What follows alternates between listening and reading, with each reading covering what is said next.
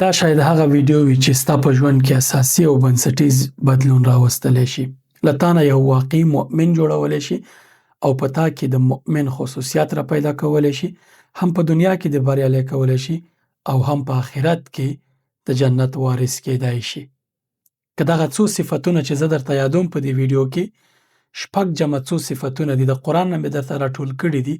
الله پاک له دغو خلکو سره هم په دنیا کې او هم په آخرت کې د کامیابی، د فلاح، د سعادت، د ښه ژوند او د کامیابۍ وعده کړې ده. موږ او تاسې همیشه وایو چې مسلمانان یو، خو الله پاک قرآن کریم چې تل کله لولي له مؤمنانو سره یې وعدې کړي دي، د ښېګڼې، د نصرت، د کومک، د بریالي کېدو، د هر څه وعدې الله پاک له مؤمنانو سره کړي دي. د قرآن کریم له آیتونو مې درته د مؤمنانو صفتونه راټول کړي دي. په دې ویډیو کې درته بیانومه.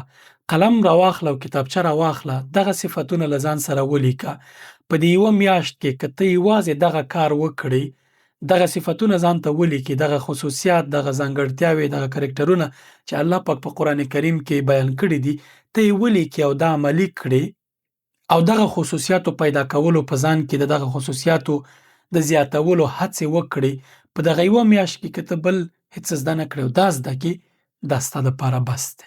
یعنې ځکه د دې ویډیو یا د دې خصوصیتونو یا د دې موضوع څومره صفت تاته وکړم، همدومره کمه ده.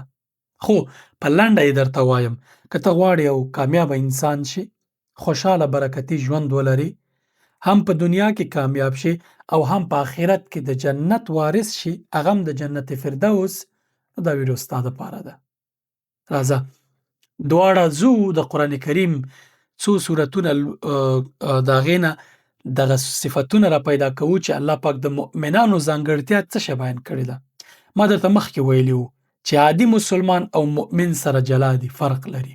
مؤمن ځانګړې درجه ده، هر څوک دغه درجه کې نه دي. مسلمانان ډیر دي خو مؤمنان ځانګړي دي. که ته غواړې د مؤمنانو په قطار کې راشې، راځه دواړه یو څو شیبې وخت کې د مؤمنانو ځانګړتیاوې او صفتونه، خصوصیات زده کوو چې الله پاک ډیر واضح په قرآن کې بیان کړي دي او دوی سره یې د جنت فردوس وعده کړې ده. وخت ډیر نه تیروم، راځم د سورت المؤمنون پیل الله پاک په دغو صفتونو کوي. د سورت مؤمنون پیل په دې کېږي چې په تحقیق سره مؤمنان کامیابه شو، فلاح یې ترلاسه کړه، هم په دنیا کې او هم په آخرت کې. الله پاک څه فرمایي؟ اعوذ بالله من الشیطان الرجیم. دا اولینی آیت دی د سورت المؤمنون. قد افلح المؤمنون، په تحقیق سره کامیاب شو، بریالي شو، برلاسي شو، ویې ګټله. چا؟ مؤمنانو. اوس د مؤمنان څوک دي؟ الله پاک یې ځانګړتیاوې بیانوي. الذین هم فی صلاتهم خاشعون. لومړی ځانګړتیا یا لومړی خصوصیت د مؤمنانو څه شی دی؟ الذین هم فی صلاتهم خاشعون. هغه کسان دي مؤمنان چې په خپل لمونځ کې خشوع کوي. خشوع څه ته وایي؟ خشوع عاجزي، اهتمام، پام، په دقت، په آرامش، په ښه ترتیب سره لمونځ کول. هسې دغه په شان مخوکه نه وهل په ځمکه باندې چې کته پورته شي کته پورته شي، نه، په آرامش چې الحمدلله وایي، په معنا کې فکر کوي چې الله پاک درته څه وایي. ایاک نعبد و ایاک نستعین چې ته په لمونځ کې وایي، څه وایي؟ الله پاک نه کومه مرسته غواړي، څه ورته وایي، ځان ورته څنګه تسلیموي. په سجده کې په آرامش باندې پروت دی، په آرامه باندې په سجده کې پروت دی لمونځ کې. یعنې د لمونځ پوره اهتمام کې، هم د لمونځ د آدابو حرکات هم ډېر په آرامه کې. لمونځ چې کې حسابي پکې نه کې، د خلکو په خلاف فکرونه پکې نه کې، ذهن کې دې د خلکو کینې نه پالې، بلکې ټول پام دې دی کله چې ته الله اکبر وایې لمونځ ته داخلېږي، دنیایي شی نه ټول شاته غورځې او دا احساس پیدا کوې چې زه د ټولو کائناتو عظیم رب ته ولاړ یم او د هغه سره مکالمه مې روانه ده. دغې ته خشوع وایي. په عاجزي، په پوره اهتمام، په پوره پام. ته چې کله له یوه چارواکي سره، له یوه مقام سره کښېنې، هغه څوک چې تا باندې ډېر ګران یا ډېر ترې متاثر یې، څومره په ادب ورسره ناست یې، څومره په خپلو خبرو کې احتیاط کې، څومره په آرامه خبرې کې. آیا جله کې زر زر خبرې کې، زر زر حرکات کې، ابا تا ته وایي ته لیونی څه در باندې شوي دي؟ همدغه وضعیت ته له خپل رب سره لري. آرامه ناستې، باادبه، با احترامه، پوره پام کې د لمونځ. څومره چې درته په دې موضوع وغږېږم ته نه پم د یوه صفت کافي به نه وي، اما لنډ لنډ یې درته وایم چې ویډیو اوږده نه شي. دویم صفت والذین هم عن اللغو معرضون، هغه کسان چې له عبثو، له چټیاتو، له بېځایه خبرو، له بېګټو خبرو مخ اړوونکي دي. هغوی چې په ناکاره او په بېځایه خبرو باندې خپل وخت نه تېروي. د دوی مشغولتیا همیشه ګټوره وي، مثبته وي. هر کار چې کوي د الله رضا پکې لټوي. خلکو د خیر ښېګڼې دپاره یو ګټور کار کوي، خپل وخت نه ښه استفاده کوي. عبث، چټیات، بېځایه خبرې، کینې او دا جنجالونه او دې شیانو نه ځان ساتي. خپله انرژي خلاصه په داسې څه نه کاروي چې هغه الله نه راضي کوي. هغه د نورو انسانانو د شر او ضرر دپاره استعمالیږي. دغه شیانو نه دوی ځان ساتي. په دې کې کنځا راځي، سپکې سپورې په کمنټونو کې ویل راځي، بېځایه لایفونو کې وخت تېرول د ټیک ټاک او دا هر څه راځي. خلاصه دا وخت چې دی په هر هغه څه تېری چې تا ته په دنیا او آخرت کې ګټور نه تمامېږي، دا لغو دی، بې ګټې بې فایدې شیونه. که غواړې مؤمن شي دا صفت په ځان کې پیدا کړه. دریم صفت یې دی والذین هم للزکات فاعلون، هغوی چې زکات ورکوي. معیار چې پوره کړی د زکات د دوی په سرمایه باندې، مال باندې کال پوره شوی، بعد هغې دوی د خپل مال د پاکولو د تزکیې دپاره زکات ورکوي. زکات ورکوونکي واقعي مؤمنان دي. هغوی چې د خپل مال زکات نه ورکوي، هغوی چې په خپل لمونځ کې خشوع نه لري، هغوی چې د لغو، بې ګټو خبرو، بې ځایه کنځاو، سپکو سپورو، چټیاتو ویلو نه ځان نه ساتي، دا مؤمنان نه دي. او الله پاک باندې مؤمنان ګران دي. ځانګړي انسانان د الله پاک مؤمنان دي.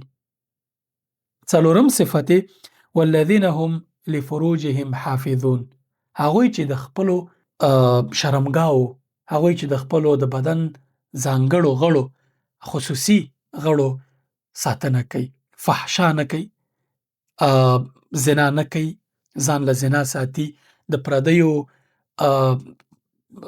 ښځو سره، د پردیو لوڼو سره بېځایه اړیکې نه ساتي، یا د پردیو زامنو سره بېځایه ناروا اړیکې نه ساتي، شپې ورځې په ټلیفونونو کې مصروفوي، د خلکو عزت او ابرو تویي. دغه شیانو نه دوی ساتي ځانونه. او یوازې خپلو میرمنو، یوازې هغه کوم چې ورته الله پاک روا کړي دي هغوی سره جنسي اړیکې ساتي. غیر د هغې چوکاټ نه دوی بهر نه وځي. کوم حدود چې ورته الله پاک ټاکلي دي هغه حدودو کې دوی همیشه خپل دغه جنسي غریزه اشباع کوي. بل د دې پیوست همدې صفت پسې الله پاک وایي چې فمن ابتغى وراء ذلك فاولئک هم العادون. د دغه حدودو نه اخوا ته چې څوک قدم دی یا اخوا څه غواړي نو هم دوی زیاته کوونکي، تیری کوونکي دي، له حدودو تیریدونکي دي. دا یې څلورم صفتو. پنځم صفت کې الله پاک څه فرمایي؟ والذین هم لاماناتهم وعهدهم راعون، هغه کسان مؤمنان دي، د مؤمنانو دا صفت دی، پنځم صفت چې د خپلو ژمنو او هغه څه چې امانت دوی ته ورکړل شوي دي د هغې ساتنه کوي. د الله پاک سره ژمنې حقوق الله کې او حقوق العبد کې، د انسانانو سره چې کومې ژمنې کوي، وعده کوي، په وعده درېږي، څه امانت چې دوی ته سپارل شوی هغه پوره کوي، قرض ورکړل شوی بیرته ادا کوي، دا هم امانت کې راځي. متاسفانه اوس داسې زمانه راغلې ده چې چاته قرض ورکړي ضایع کړي، دا امانت دی، دا به بیرته ستنې. که ته واقعي مؤمن غواړې جوړ شي د خلکو قرضونه به ادا کړې. فکر کوي چې د چا لاس نه در رسېږي، الله شته. هم به په دنیا کې ملامتې او هم آخرت کې د دغه خلکو حق به ته حتما پرې کوې د خپلو حسناتو نیکیو په ورکولو. که هغوی که ستا حسنات کمي د هغوی ګناهونه به تا ته انتقالېږي. نو په دنیا کې د چا حق مه خوره. کومې وعدې چې د چا سره کولې په وعده به درېږي. د مؤمن ځانګړتیا دا ده چې په خپلو وعدو ټینګ ولاړي. هم د الله سره چې کومې وعدې کړي دي د لمونځونو په کولو، د زکات په ورکولو، د عبادت په کولو، دغه ټولو شیانو کې چې کوم وعده موږ الله پاک سره کړې ده، زموږ نیکونو آدم علیه السلام چې کوم وعده کړې ده، نورو پیغمبرانو ټولو موږ د هغې اتباع کوو. او نور چا ستا ملګرو کې، ستا کورنۍ غړو کې، نورو کې د خلکو امانت چې درکړل شو بیرته یې ورسپارې. امانت کې خیانت نه کوې. دا د مؤمن صفت دی. اوس الله پاک شپږم صفت بیا تکراروي د لمانځه په اړه. اول صفت د لمانځه په اړه هلته ویل شوي چې الذین هم فی صلاتهم خاشعون، هغوی چې د خپل لمانځه خشوع کوي په لمانځه کې. اوس الله پاک وایي چې شپږم صفت لمونځ دومره مهم دی چې بیا پې ټینګار کوي. شپږم صفت کې الله پاک سورت مؤمنون د شپږم ځانګړتیا کې د مؤمنانو په اړه فرمایي چې والذین هم علی صلاتهم یحافظون، هغوی چې د خپلو لمونځونو حفاظت کوي، په وخت لمونځ کوي، دوامداره کوي، قضا کوي نه. لمونځ ته پوره پام کوي چې په خپل وخت یې وکړي، هر لمونځ وکړي، لمونځ نه قضا کوي، حفاظت کوي د خپل لمونځ، د هغې د ترتیب او د ټولو دا ټینګار الله پاک کوي په دې باندې. هلته خشوع وه، دلته حفاظت و. دوامداره لمونځ کې ته چې کله خشوع هغه وخت کېږي چې لمونځ کې داخل شي، د لمونځ نه بهر په خپل وخت لمونځ کې دوامداره کې، نه قضا کې، د کارونو نه لمونځ مهم کې. هر کار چې لري هغه پرېږدي، راځي په جانماز درېږي خپل الله سره، دغه خپل وعده پوره کې چې زه به لمونځ کوم. اوس د دغه شپږو صفتونو بیانولو په پای کې الله پاک څه وایي؟ دغه مؤمنانو ځانګړتیا چې الله پاک بیان کړله، الله پاک اوس په پای کې د دې آیتونو نه وروسته، د دغې څو آیتونو نه وروسته وایي اولئک هم الوارثون، همدغه کسان، دغه شپږ صفته چې یاد شو، دوی وارثان دي. د څه شي؟ وارث یعنی مستحق، واقعي مستحق، یعنی دوی دا وګټه، دا څه شی چې الله پاک ورسره وعده کوي دا یې وګټه، مستحق دی د دې. وارث لکه د پلار نه یا د نورو نه چې خلک میراث وړي، دا د دوی مسلم حق دی چې دغه ډالۍ دوی ته ورکړل شي د دغه صفتونو په بدل کې. هغه څه شی دی ډالۍ؟ الذین یرثون الفردوس هم فیها خالدون، هغوی چې جنت فردوس په وراثت باندې وړي، ځان مستحق کوي د جنت فردوس. دغه خلک چې دي دوی د جنت میراث داران دي، د فردوس جنت، تر ټولو لوړ جنت. الله پاک څومره عجیب تعریفونه بیان کړي. بیا وایي چې اولئک هم الوارثون الذین یرثون الفردوس هم فیها خالدون. نه یوازې دا چې دا جنت به ته په میراث ګټې، بلکې هلته به ابد دپاره ته یې، خلود دی پکې. سبحان الله، ابدي خوشبختی، ابدي اوسېدل په جنت کې، خلود، هغه هم په جنت فردوس کې. په دغه شپږو ځانګړتیاوو جمع ځینې نور چې الله پاک درته بیان کړي، اوس یې درته وایم. که دا صفتونه ته ځان کې پیدا کړي، ته د جنت وارث کېږي، هغه جنت چې فردوس جنت دی، او په هغه جنت کې خلود دی چې ته به همیشه پکې یې. نور څه غواړې؟ او په څومره عادي صفتونه یو ښه انسان هم درنه جوړېږي په دنیا کې، او آخرت کې هم دغه ډالۍ الله تا ته درکوي. نو ته به کمبختې، ته به مسکینې چې دغه صفتونه ځان کې نه پیدا کې او اهتمام ورته نه کې، ځان ته نه لیکي او په دې باندې عمل نه کې، ته بیا کمبختې، ته بیا مسکینې. ستا په حال باندې باید زړه سړی وسوځي چې ته د الله پاک دا خبرې عادي ګڼې. اوس الله پاک څه وایي؟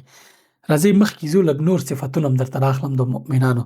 سورت انفال نه الله پاک فرمایي انما المؤمنون الذین، واقعا مؤمنان هغه څوک دي بېشکه په تحقیق سره، الذین اذا ذکر الله وجلت قلوبهم، کله چې الله پاک یاد شي، د الله پاک ذکر وشي، د الله پاک قرآن تلاوت شي، الله پاک یاد شي، د دوی زړونه لړزېږي، زړونو کې ټکان پیدا کېږي. عجیبه صفت دی.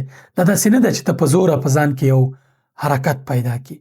کله چې الله یادېږي، کله چې هغه نور صفتونه ته خپل کړي او ته غواړې مؤمن شي، دې ځای کې دا کیفیت تا سره په خپله پیدا کېږي چې کله الله یادېږي، ستا به ورسره زړه ټکان کوي، خوند به اخلي د الله له یاد نه، خوند به اخلي د الله له ذکر نه، د هغه د تسبیح ویلو نه، زړه به دې پې مست وي. داسې غواړې به چې همدغه حالت کې واوسې.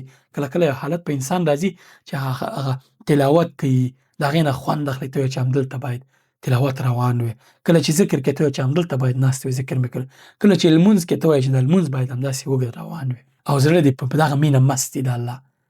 څومره عجیب کیفیت دی. دا آیتونه درته لولم، بیا درته اوومه، اتمه او نهمه لسمه پورې صفتونه له دې آیتونو راوباسم. وَإِذَا تُلِيَتْ عَلَيْهِمْ آیاته زادتهم ایمانا، او کله چې په دوی باندې زموږ آیتونه لوستل کیږي، دوی ته زموږ نښې نښانو په اړه ویل کیږي، زموږ د قدرت په اړه ویل کیږي، زموږ صفتونه ورته بیانېږي، د الله پاک ځانګړي صفتونه ورته بیانېږي. زادتهم ایمانا، د دوی ایمان قوي کیږي، د دوی ایمان کې زیادت راځي، دوی ایمان یې تازه کیږي. تلاوت اوري د قرآن، د الله پاک نوم اوري، د الله پاک صفات اسلامي بیان اوري، ایمان دې ورسره تازه کیږي. وعلى ربهم یتوکلون، او دوی په خپل رب باندې توکل کوونکي دي. هر کار چې کوي د هغې دپاره اسباب برابروي، باقي په الله توکل کوي، نور بیا د دې تشویش نه لري چې څه به کیږي. ټول امکانات اسباب برابروي، په خپل رب توکل کوي او بیا داسې سره مخکې ځي. توکل کوونکي دي. الذين يقيمون الصلاة، دا صفت دغه مخکنیو صفتونو سره مشترک دی، هغه چې لمونځ قایموي، د لمونځ پابندي کوي، لمونځ کوي. دلته یو اضافي صفت ده چې ومما رزقناهم ينفقون، د زکات ترڅنګ هغه روزي چې موږ دوی ته ورکړې د زکات بیل دغه ده، دوی ترې صدقه کوي، نفقه ورکوي، خلکو ته صدقه کوي. زکات په تا باندې لازمي دی، د خپل مال نه به 2.5% زکات ورکړي، دا په تا باندې معلوم حق دی او په تا باندې فرض دی. خو دلته یو اضافه شی چې الله پاک یاد کړی دی په دغه آیت کې، ومما رزقناهم ينفقون، دوی د خپل هغه روزي چې موږ ورکړې ده دوی ته، مال او امکانات چې کوم دوی لري، له دغې نفقه کوي. اوس په دې کې څو دغه اوس الله پاک د دې په پای کې وایي، د دې آیتونو نه وروسته وایي اولئک هم المؤمنون حقا، دوی رښتینې مؤمنان دي، هغه کسان چې دا صفتونه لري. لهم درجات عند ربهم ومغفرة ورزق کریم، د دوی دپاره لوړې درجې دي، د خپل رب پر وړاندې بخښنه ورته کیږي، دوی بخښل شوي او ډیر ښه رزق دی د دوی دپاره، کرامت نه ډک رزق د دوی دپاره دی. الله پاک دوی ته پراخ برکتي خوشحالۍ او سعادت نه ډک رزق ورکوي. د څه په بدل کې دوی نفقه کوي، دوی لمونځ کوي او دغه نور صفتونه چې مې یاد کړ. اوس په دې آیتونو کې وم صفت څه شی و؟ الوجل. وجل څه ته وایي؟ چې کله الله پاک یادېږي ستا زړه کې لړزه پیدا کېږي، ویره پیدا کېږي د الله، یو ډول روب وي، یو ډول هیبت د الله ستا په زړه کې چې کله د هغه نوم یادېږي، کله چې الله یادېږي. ورپسې زیادت په ایمان کې چې کله تلاوت کېږي د قرآن. اتم دا دی، نهم په الله پاک باندې توکل، او لسم انفاق دی، نفقه ورکول دی. زه درته د دې ویډیو په آخر کې دا صفتونه ټول لیکم، سکرین شاټ یې واخله، دانه دانه ولیکه ځان سره. اوس دا د سورت انفال نه موږ دا لسمه پورې صفتونه راواخیستل.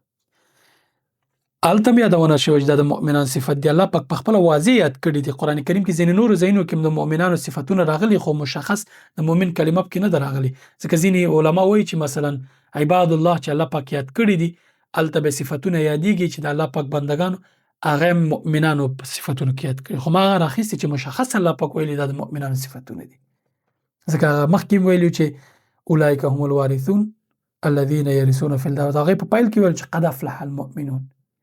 اوس د دې آیتونه چې اوس مې درته ولوستل، د دې په پای کې الله پاک وایي چې اولئک هم المؤمنون حقا، دغه خلک چې صفتونه لري په حق په رښتیني ډول باندې مؤمنان دي. اوس د مؤمنانو په صفت کې الله پاک یو سورت توبه کې څو صفتونه بیانوي، دا هم در سره په یاد وساتئ، ویې لیکئ. دا درته زه د آیت نه 11 ترتیب باندې وایم. 11 صفت چې دی التائبون، توبه کوونکي دي. مؤمن داسې نه ده چې ګناه ترې نه کېږي، انسان نه به ګناه څنګه نه کېږي، د آدم اولاده نه څنګه خطا نه کېږي، څنګه تېروتنه نه کېږي، ځکه ده سره داسې دښمن دی، داسې نفس دی ورسره، داسې شیطان دی ورسره چې دواړه تمامه ورځ په دې اخته یي چې تا د خپلې لارې نه بې لارې کړي، د الله پاک له لارې نه دې بدل کړي.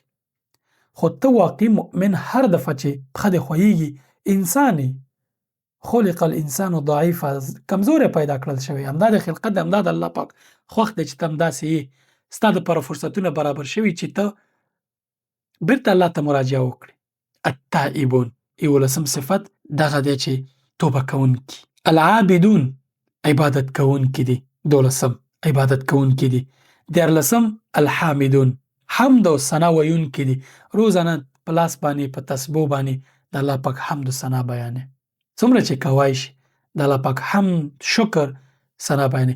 هر نعمت چې الله پاک تاته درکوي، هر نعمت چې ترلاسه کوې، د هغې په بدل کې د الله پاک شکر ادا کړې. السائحون د الله پاک په لار کې تګ راتګ کوونکي دي، د حلال رزق دپاره، د جهاد دپاره، د نورو کارونو دپاره.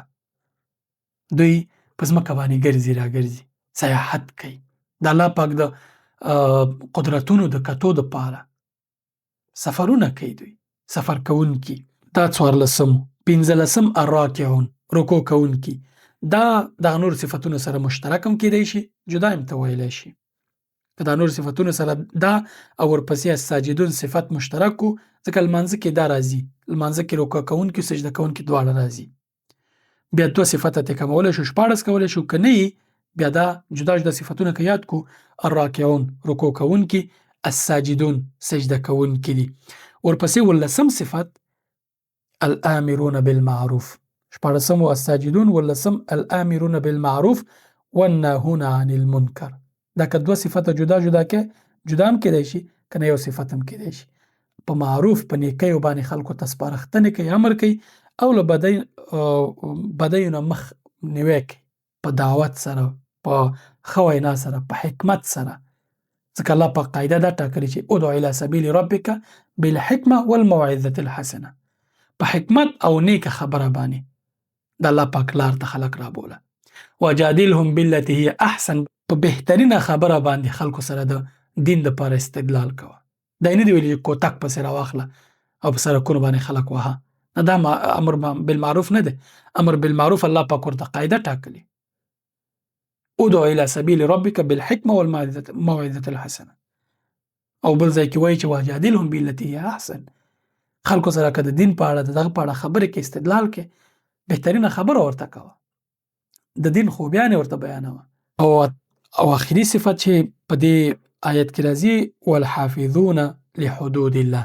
د الله پاک د حدودو، د الله پاک هغه څه چې ټاکلي الله پاک، د هغې حفاظت کوي، د هغې نه تېرېږي. که تېر شو بیا زیاتې کوونکي دي. اوس د دې څو صفتونو، التائبون العابدون، د ټولو صفتونو په پای کې الله پاک څه فرمایي د سورة التوبه په 112 آیت کې؟ وبشر المؤمنین، او زیری ورکه مؤمنانو ته. نو دغه 18 صفتونه شاوخوا چې مې درته بیان کړل، که دا څو ورسره مشترکه مخکینیو صفتونو سره 14 کېږي، که نه 18 صفتونه چې ما د دې 3 صورتونو نه راټول کړل درته، دا درته اوس په سکرین باندې زه لیکم. د دې نه سکرین شاټ واخله او همیشه هفته کې یو ځل دې ته مراجعه کوه. که نور نشي کوای ډېر، هفته کې یو ځل دې ته مراجعه کوه او دا صفتونه ځان سره ولیکه. هر یو تن لوله، ګوره چې کوم کوم صفتونه دې ځان کې پیدا کړي دي، کوم چې نشته پتا کې هغې د پیدا کولو کوشش وکړه چې دا خصوصیت ته پیدا کړي. کوم چې شته په هغې باندې لا ډېرې حفاظت کوه.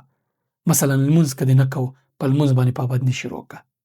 مثلا که سپکې سپورې درنه ویل کېږي، سپکې سپورې نورې بندې کړه. کوشش کوه هره ورځ ګوره چې نن دې څومره هڅه دا کړې ده چې سپکې سپورې، کنځاوې، دې شیانو نه مخنیوی وکړې، په دې خاطر چې ته د مؤمن صفت په ځان کې پیدا کړي. د خلکو امانت، د خلکو قرض، د خلکو سره وعدې څومره دې پوره کړي دي. روزانه چک لیست ځان ته جوړ کړه او همدغې چک لیست باندې دغه ټول شیونه ځان ته ولیکه. روزانه مراجعه کوه، که زما باندې هر ماښام یې کوه. ګوره دا 18 یا 14 نقطې چې کومې دي، دې کې ګوره چې تا نن څه کړي دي په دې کې. هر یو تن چې وایي ټک مارک ورکوه، خانه خالي ورته جوړه کړه، ټک مارکونه ورکوه. د یو هفتې دپاره دا ولیکه، داسې ولیکه، یو هفتې دپاره خانې ورکه. هره ورځ ګوره چې په دې کې کوم صفتونه تا پیدا کړي دي، هغه ټک مارک کړه. د مؤمنانو ځانګړي صفتونه دي دا چې دې پیدا کړي دي، هر یو تن ته ټک مارک ورکړه. نن مې دا وکړه، نن مې دا وکړه، نن مې دا وکړه. ځان سره حسابي وکړه چې څومره صفتونه دې ځان کې پیدا کړي، څومره دې عملي کړي دي، څومره درنه پاتې دي. بله ورځ د هغې نه ډېر کوشش وکړه، کوم چې درنه پاتې د هغې په زیاتولو کې، د هغې عادتونو په ترسره کولو کې ځان سره کوشش کوه. هره ورځ ځان سره حساب کوه په دې کې. باور وکړه چې دا کار وکړي. باقي د الله پاک په لاس کې دی، خو دغه صفتونه چې الله پاک څه ویلي او کومه وعده یې کړې ده، ته به د جنت وارث یې انشاءالله. ته به نه یوازې د جنت وارث، تا ته وبشر المؤمنین الله پاک تا ته ویلي. او دلته الله پاک ویلي چې اولئک هم المؤمنون حقا، ته په رښتیني ډول باندې مؤمن یې.